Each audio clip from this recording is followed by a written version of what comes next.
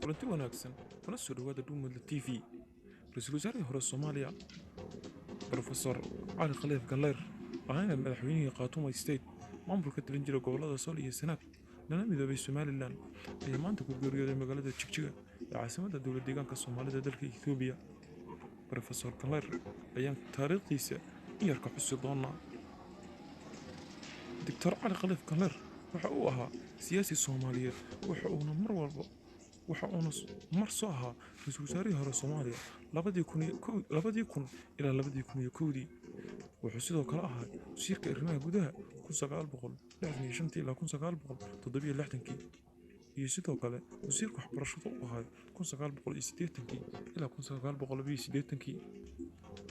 Cali waxa uu ku dhashay gobolka Sool halka ayuuna qaybta hore ee noloshiisa ku soo qaatay inteeda badnayd ilaa uu ka dhamaystay waxbarashadiisa aasaasiga ahayd ilaa markii dambe uu dugsiga sare ka dhamaystay degmada Shayiq.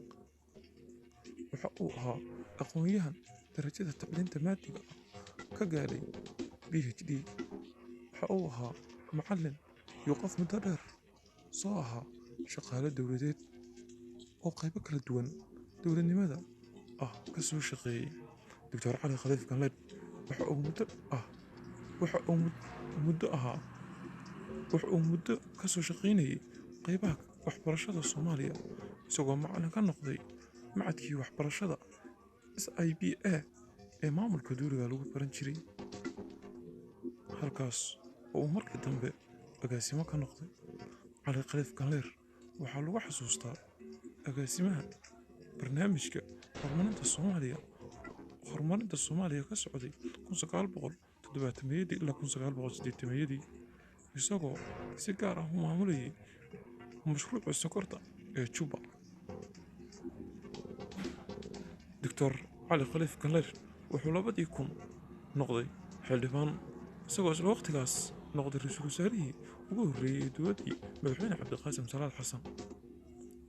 Cali Khaliif Galleer waxaa 2014 loo doortay madaxweyne maamulka Khartoum State oo aysan dowladdii federaalka Soomaaliya ee ku meel gaarka ahayd aqoonsan tii ka dambeysay ee rasmiga ahaydna aqoonsan oo la aasaasay 2012. Cali Khaliif Galleer waxa uu dadaal xooggan ku bixiyay in la helo maamul gaar ah gobolada Sool iyo Sanaag kana madax bannaan maamulada Puntland iyo Somaliland, balse markii dambe waxa uu la heshiiyey Somaliland gaar ahaan xukuumadda Axmed Maxamed Silaanyo. waxa uu geeriyooday isagoon la fulin heshiiska uu la galay xukuumadda Axmed Maxamed Silaanyo.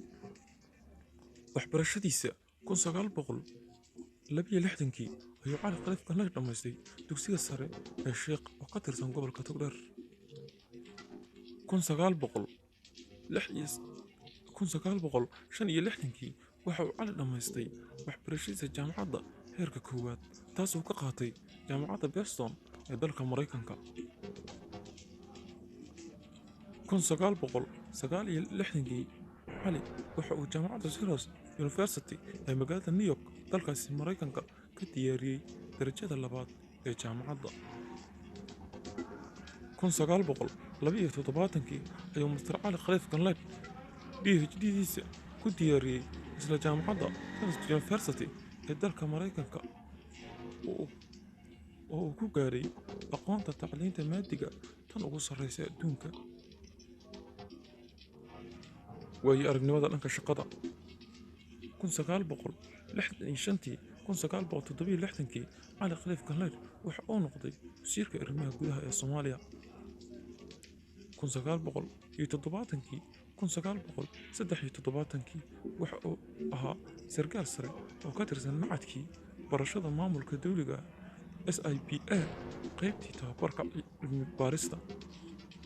1974 ayuu ahaa agaasimaha guud ee macadkii barashada maamulka dowliga SIBA.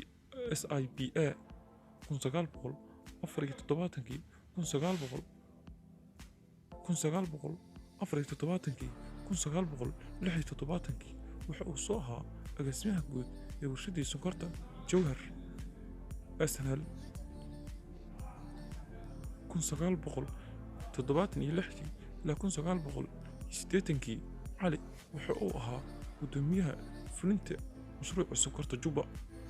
1980kii ilaa 1982kii cali khaliif galleed waxa uu ahaa wasiirka waxbarashada Soomaaliya.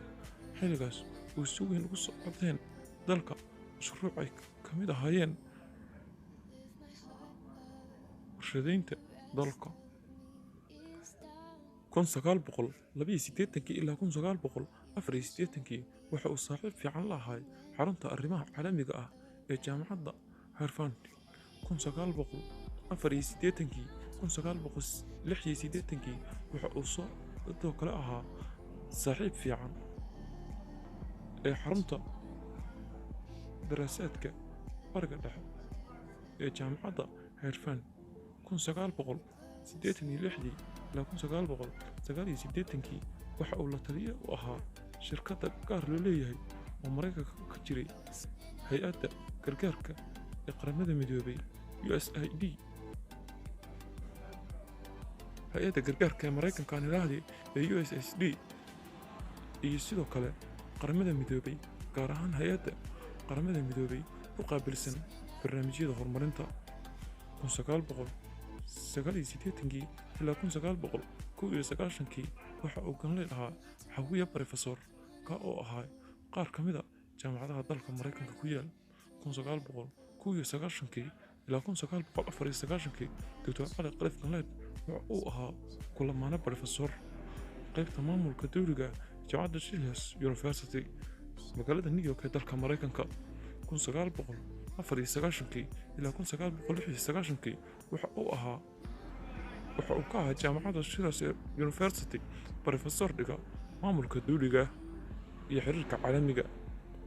cali khaliif galleed maanta oo ay taariikhdu tahay 8 bisha 10 Oktoobar 2020 ayuu ku geeriyooday magaalada Jigjiga ee caasimadda dowladda deegaanka Itoobiya. Allah ha u naxariisto. inna lillahi wa inna ilayhi raaji'uun.